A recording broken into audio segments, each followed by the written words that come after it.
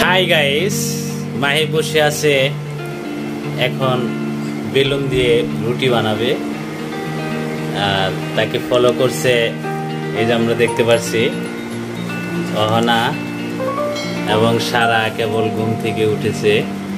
ঘুম থেকে উঠে একটু মনটা একটু খারাপ। কি সারা, তুমি রুটি বানাবা?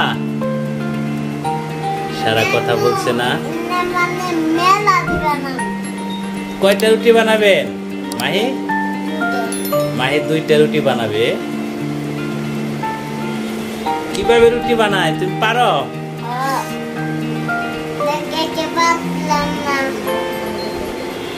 ধরো এই যে মাহি এখন রুটি বানাচ্ছে। প্রিয় ভিউয়ার, আপনারা দেখতে পাচ্ছেন মাহি রুটি বানাচ্ছে। বাহ বাহ বাহ, অনেক সুন্দর করে রুটি বানাচ্ছে মাহি। মাহি রুটির স্টাইল, বানানোর স্টাইলটা অনেকই সুন্দর। কি পিঠা বানাবেন মাহি?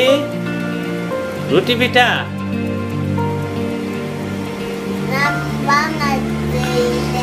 আর আমাদের অহনা মাহির রুটি বানানোটা দেখছে এবং সারা নীরব নিস্তব্ধ। মাহি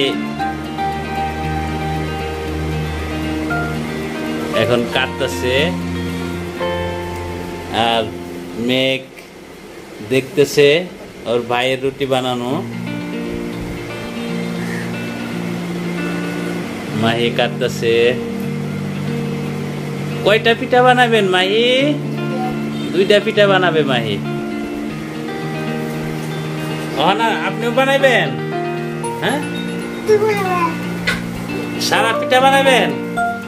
সারা মন খারাপ।